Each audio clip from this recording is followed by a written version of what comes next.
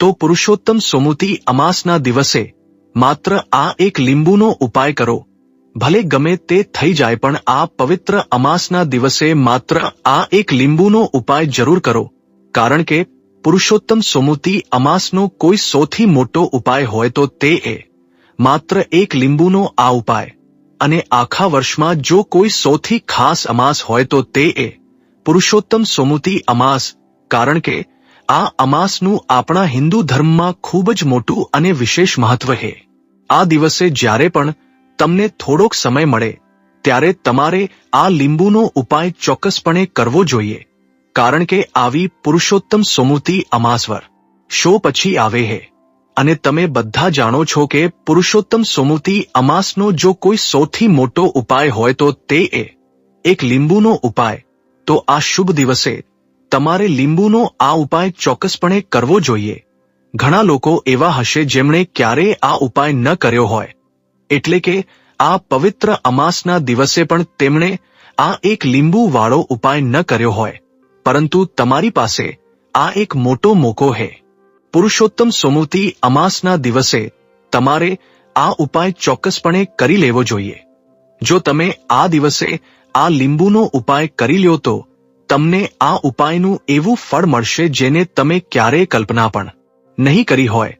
તેથી તમે આ ઉપાય એકવાર ચોક્કસપણે કરી લેવો જોઈએ, જેથી આ મોકો તમારા હાથમાંથી ન જાય અને તમને આ ઉપાયનું ફળ મળી શકે. આજે અમે તમને ટીજે કથા ચેનલ પર આ ઉપાય ખૂબ સારી રીતે સમજાવવા જઈ રહ્યા છીએ.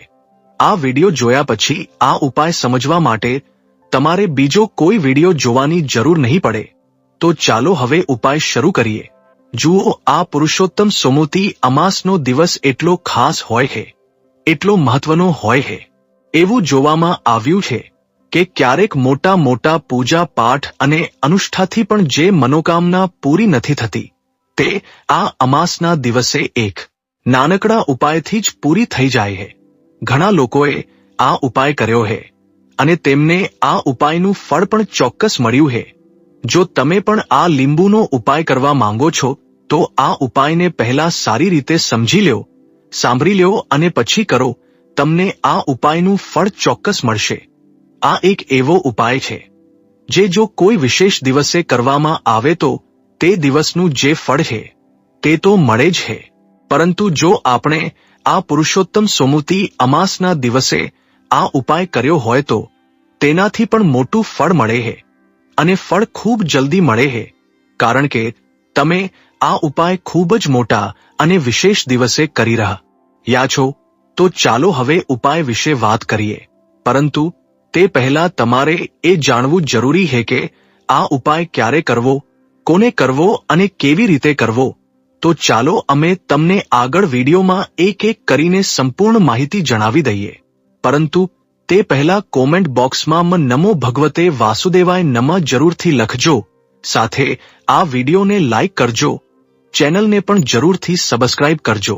તો આ એક લીંબુવાળો ઉપાય પુરુષોત્તમ સોમવતી અમાસના દિવસે કેવી રીતે કરવો, કોને કરવો, ક્યારે કરવો અને ક્યાં કરવો, આ બધા સવાલોના જવાબ તમને આ વિડીયોમાં મળી જશે. જે આ વિડીયો જોશે તેને આ એક લીંબુનો ઉપાય ચોક્કસપણે કરવો જોઈએ, કારણ કે આ દિવસે માત્ર એક લીંબુના બીનું પણ ખૂબ જ મોટું અને વિશેષ મહત્વ છે. અને જો વાત આવે આખા લીંબુના ઉપાયની તો સોનામાં સુગંધ ભળે એવી વાત થઈ જાય છે. અને આ પુરુષોત્તમ સોમવતી અમાસનો એક ખૂબ જ મોટો ઉપાય બની જાય છે. હવે આ એક લીંબુનો ઉપાય આખરે કોને કરવો, સૌથી પહેલા આપણે તે વાત જાણી લઈએ. જુઓ, ઘરની જે મોટી માતાઓ અને બહેનો હોય તેમાંથી કોઈ પણ એક મોટી માતા કે બહેન આ ઉપાય કરી શકે છે. અને જો તમે ઈચ્છો તો તમારા ઘરના બધા સભ્યોને પણ આ ઉપાય કરાવી શકો છો. જો કોઈ વ્યક્તિને પોતાની કોઈ મનોકામના હોય, પોતાનું કોઈ દુઃખ કે સમસ્યા હોય જે તે પોતાના માટે જ કરવા માંગે તો આ ઉપાય તે પોતાના માટે પણ કરી શકે છે. બાકી જો ઘરમાંથી કોઈ એવું છે જે આખા ઘર અને પરિવારની સુખ શાંતિ માટે આ ઉપાય કરવા માંગે છે તો તે પણ કરી શકે છે. તેમાં કોઈ સમસ્યા નથી. એટલે કે આ ઉપાય દરેક સભ્ય કરી શકે છે. અને આખા આ ઘર પરિવાર માટે ઘરની મોટી માતાઓ અને બહેનોમાંથી કોઈ એક માતા કે બહેન પણ કરી શકે છે. જો ઘરમાં માતાઓ કે બહેનો હાજર ન હોય અથવા તો તેઓ આ ઉપાય ન કરી શકતા હોય તો ઘરનો કોઈ મોટો સભ્ય પણ આ એક લીંબુનો ઉપાય કરી શકે છે. ભલે તે પુરુષ હોય, તેમાં કોઈ સમસ્યા નથી. તે પછી જે આગળનો સવાલ આવે છે તે એ કે આ ઉપાય આખરે કયા સમયે કરવો, સવારે કરવો કે સાંજે કરવો? જુઓ, આ ઉપાય તમે સવારે પણ કરી શકો છો અને સાંજે પ્રદોષ કાળમાં પણ કરી શકો છો.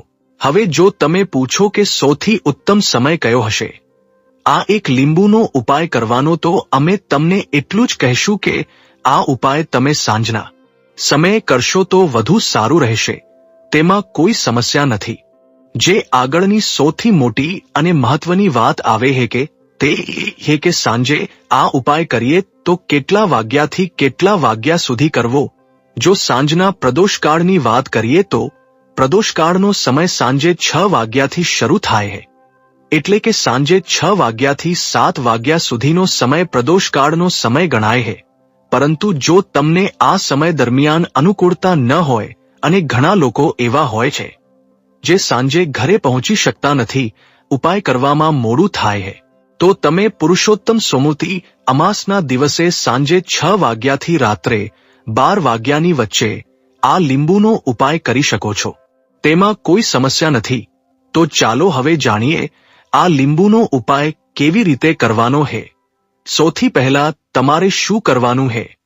એક લીલું લીંબુ લઈને તમે તમારા જીવનમાંથી હજારો શત્રુઓનો પણ સફાયો કરી શકો છો અને તમારા શત્રુઓ કે દુશ્મનો ક્યારે તમારી તરફ વળીને પણ નહીં જુએ. જો તમે એક લીલા લીંબુનું નાનકડું ઉપાય કરી લ્યો તો જે લોકો તેમના જીવનમાં શત્રુઓ અને દુશ્મનોથી ખૂબ ત્રાસી ગયા હોય અથવા તો તેમના પર શત્રુઓએ ઘણું કંઈક કરાવ્યું હોય, તો એવું સમજી લ્યો કે તમારા શત્રુઓએ કે દુશ્મનોએ જે પણ બંધનવાર ક્રિયાઓ કરાવી હશે તે બધું જ નાશ પામશે.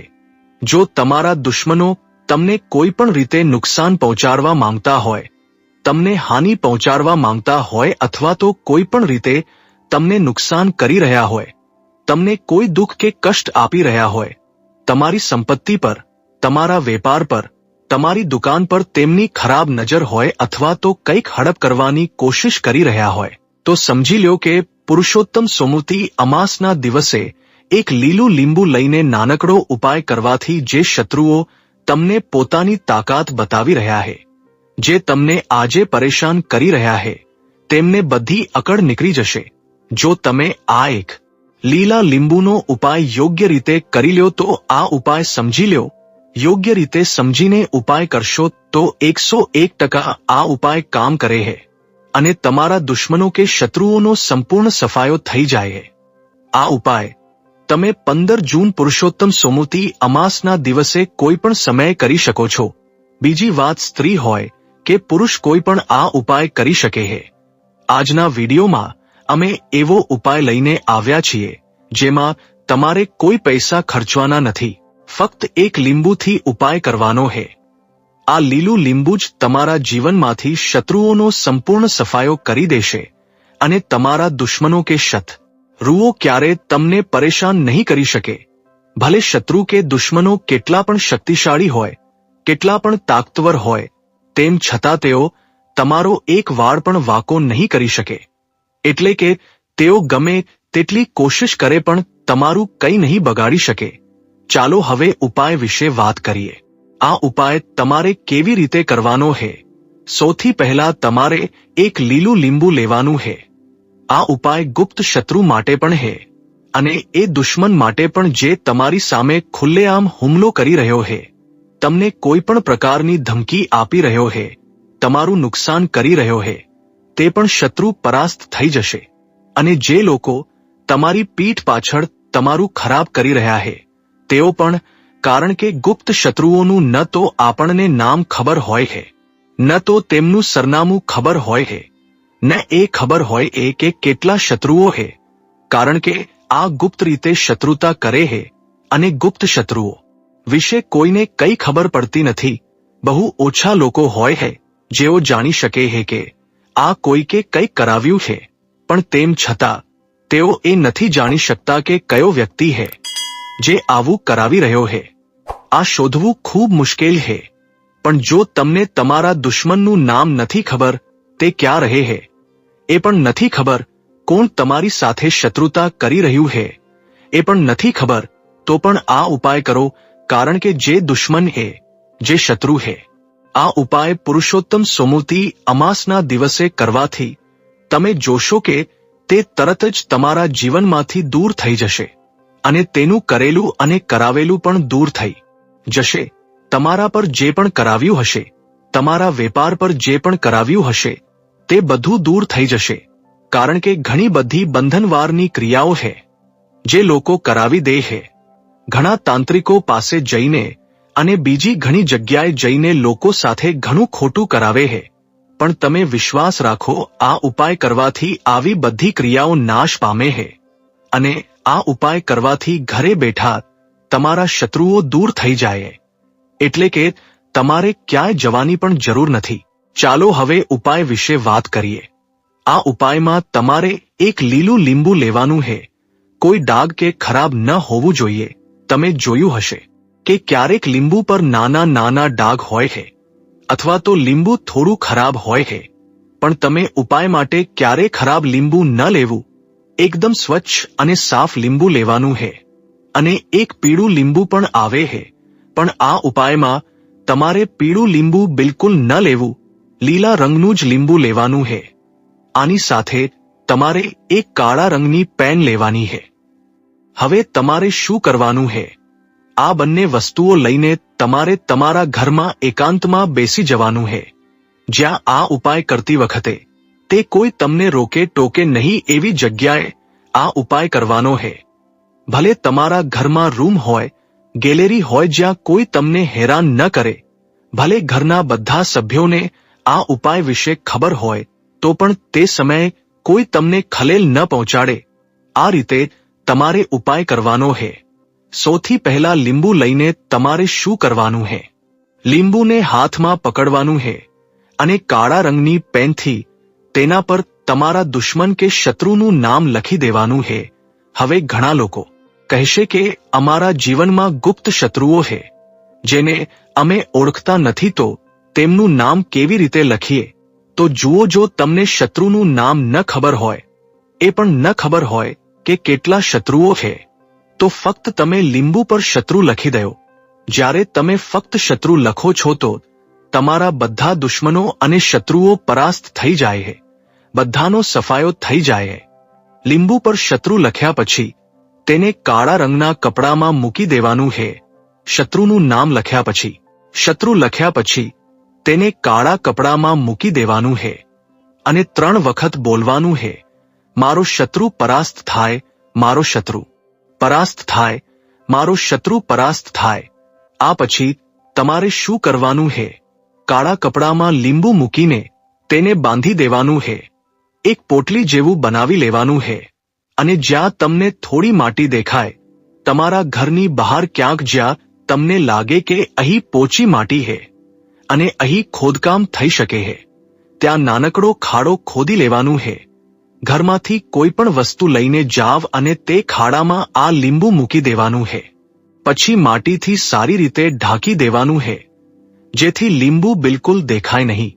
આ ઉપાય પુરુષોત્તમ સોમવતી અમાસના દિવસે સાંજના સમયે કરવાનો છે. એટલે કે જ્યારે સૂરજ આથમી જાય તે પછી કોઈ પણ સમયે તમારે આ ઉપાય કરવાનો છે. સૂરજના પ્રકાશમાં આ ઉપાય ન કરવો અને જ્યારે તમે લીંબુને સંપૂર્ણ ઢાંકી દો ત્યારે ઘરે પાછા આવી જાવ. પાછળ વળીને ન જોવું, તેનું ખાસ ધ્યાન રાખો. ઘરે આવીને હાથ પગ ધોઈ લેવાના છે અને ભલે ગમે તેટલા શત્રુઓ હોય, તેમનો સંપૂર્ણ સફાયો થઈ જશે. તેમણે જે ક્રિયાઓ તમારા પર કરાવી હશે, તાંત્રિક ક્રિયાઓ હોય કે જાદુ ટોણા, બધું જ દૂર થઈ જશે. આ ઉપાય કરો અને તેનો ચમત્કાર જુઓ. ફક્ત એક જ વાર આ ઉપાય કરવાનો છે અને એક જ વાર ઉપાય કરવાથી શત્રુનો સંપૂર્ણ સફાયો થઈ જશે. બધા શત્રુઓ પરાસ્ત થઈ જશે. બધા દુશ્મનો તમારી સામે નતમસ્તક થઈ જશે. તમારી સામે હાથ જોડીને માફી માંગવા મજબૂર થઈ જશે. એટલે કે તેઓ તમારું કંઈ નહીં બગાડી શકે. તો જુઓ, લીંબુ એ સામાન્ય નથી હોતું. લીંબુમાં એવી શક્તિઓ હોય છે જે તમારા દુશ્મનો અને શત્રુઓને જડમૂળથી નાશ કરી શકે છે. તમે જોયું હશે કે જ્યારે લોકો પોતાનો વેપાર શરૂ કરે છે, બિઝનેસ શરૂ કરે છે, દુકાન ખોલે છે, નાનો મોટો વ્યવસાય કરે છે, ત્યારે તેઓ લીંબુ અને મરચાં જરૂર લટકાવે છે, કારણ કે લીંબુ અને મરચાં તમારા જીવનમાં સુખ અને સમૃદ્ધિ લાવવાનું અને વધારવાનું કામ કરે છે. શા માટે? કારણ કે જ્યારે તમે લીંબુ અને મરચાંને તમારા ઘરના દરવાજે કે દુકાન પર લટકાવો છો તો તે તમારી દુકાન કે શોપ પર ખરાબ નજર આવવા દેતું નથી. ખરાબ નજરને બહાર જ રોકી દે છે.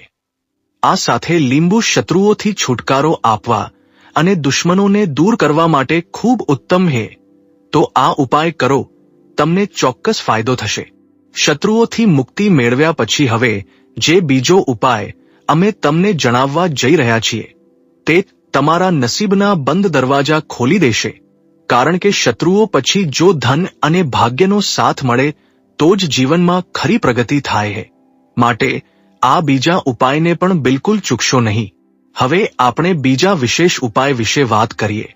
આ ઉપાય તમારે તુલસીના છોડ પાસે કરવાનો છે તમારા ભાગ્યનો ઉદય કરવા માટે. જો તમારા ઘરમાં ધન સંબંધિત પરેશાનીઓ હોય, કર્જાની સમસ્યા દિવસે દિવસે વધતી જતી હોય, ખતમ ન થતી હોય, ઘણી પરેશાનીઓ હોય તો તમારે આ ઉપાય કરવો જોઈએ. જુઓ શું કરવાનું છે, ખૂબ ધ્યાનથી સમજો. તમારે ફક્ત તાંબાના પાત્રમાં પાણી લેવાનું છે. તે પાણીમાં એક ચપટી હળદર નાખવાની છે, બરાબર ને? અને સાથે એક કમળ ગટ્ટો લેવાનું છે. આ ઉપાય ફક્ત પુરુષોત્તમ સોમવતી અમાસના દિવસે જ કરવાનો છે. આ અમાસ પર પીપળાના વૃક્ષનું પણ પૂજન કરવું અત્યંત ફળદાયી છે.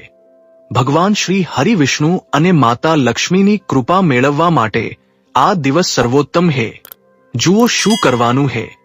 આ તાંબાના પાત્રમાં હળદર નાખવાની છે અને એક કમળ ગટ્ટો નાખવાનો છે. હવે તમારે તુલસીજી પાસે જવાનું છે. જ્યારે તમે પાણીના પાત્રમાં હળદર નાખો ત્યારે તમારે ઓમ નમો ભગવતે વાસુદેવાય નમઃનો 11 વાર જાપ કરવાનો છે. પછી હળદર નાખવાની છે. જ્યારે તમે કમળ ગટ્ટો નાખતા હોવ ત્યારે માતા લક્ષ્મીના મંત્ર ઓમ મહાલક્ષ્મી નમઃનો જાપ 11 વાર કરવાનો છે. કમળગટ્ટો મહાલક્ષ્મીનું પ્રતીક માનવામાં આવે છે અને હળદર ભગવાન વિષ્ણુના નિમિત્તે તે નાખવાની છે. આ પાણીને તમારે તુલસીજીના મૂળમાં અર્પણ કરવાનું છે. નમો ભગવતે વાસુદેવાય નમઃનો જાપ કરતા આ પાણી અર્પણ કરવાનું છે. ધન સંબંધિત કોઈ પણ પરેશાનીઓ હોય તો તે દૂર થાય એવી પ્રાર્થના કરવાની છે. કર્જાની સમસ્યા હોય તો એ દૂર થાય એવી કામના કરતા આ નાનકડો ઉપાય કરવાનો છે. આ બીજો ઉપાય તમે સવારથી લઈને સાંજ સુધી કોઈ પણ સમયે કરી શકો છો. પુરુષોત્તમ સોમવતી અમાસના દિવસે જ કરવાનો છે. હવે જે કમળ ગટ્ટો છે તેને તમારે તુલસીજી પાસે જ રહેવા દેવાનો છે, લેવાનો નથી. જો તમે ઈચ્છો તો તેને તુલસીજીની કુંડામાં અથવા પાસે માટીમાં દબાવી દેવાનો છે. આ રીતે તમારે આ ઉપાય કરવાનો છે. તમારા ઘરની સુખ શાંતિ માટે તુલસીજીનો આ ઉપાય જેટલો પ્રભાવશાળી છે તેનાથી પણ વધારે ફળદાયી હવે પછીનો ત્રીજો ઉપાય છે જે તમારી દરેક અધૂરી સફળતાને પૂર્ણ કરવામાં મદદ કરશે. તો જાણીએ આ ત્રીજા ઉપાય વિશે જે તમારા જીવનમાં ગુરુ ગ્રહને પણ મજબૂત બનાવી દેશે. હવે આપણે ત્રીજા વિશેષ ઉપાય વિશે વાત કરીએ. ધ્યાન રાખો, આ બીજો ઉપાય તમારે તમારા ઘરમાં જ કરવાનો છે, બહાર ક્યાંય નહીં. જો ઘરમાં તુલસીજી હોય તો જ તમે આ ઉપાય કરી શકો છો. હવે ત્રીજા વિશેષ ઉપાય વિશે જાણીએ. જુઓ, ભાગ્યનો સાથ મળે તો ગુરુ બૃહસ્પતિને મજબૂત કરવું ખૂબ જરૂરી છે.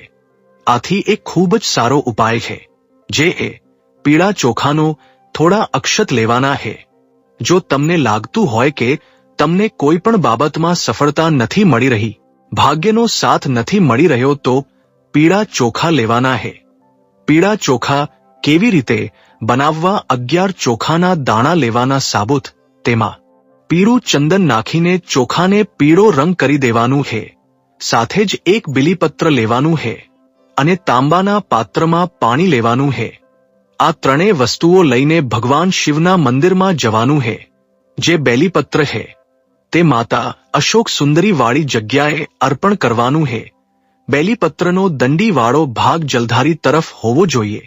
આ રીતે તમારે બીલીપત્ર અર્પણ કરવાનું હે.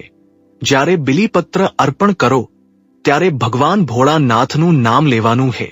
માતા અશોક સુંદરી વાળી જગ્યાએ હવે જે ચોખાના દાણા હે, જે અક્ષત લાવ્યા છો તે ભગવાન શિવના શિવલિંગ પર અર્પણ કરવાના. જ્યારે અર્પણ કરો ત્યારે ભગવાન ભોળાનાથનું નામ લેવાનું હે. બૃહસ્પતિ શિવર મહાદેવ એવા મહાદેવ હે જે તમારા ગુરુ ગ્રહને મજબૂત કરે હે. આ રીતે તમારે અર્પણ કરવાનું હે અને અંતમાં એક લોટો પાણી ધીમે ધીમે પાતળી ધારથી બૃહસ્પતિ શિવર મહાદેવનું સ્મરણ કરતા અથવા તો શ્રી શિવાય નમસ્તુભ્યમનું જાપ કરતા અર્પણ કરવાનું હે. આ ઉપાય પુરુષોત્તમ સોમવતી અમાસના દિવસે કરવાનો હે અને આ ઉપાય ખૂબ જ પ્રભાવશાળી હે.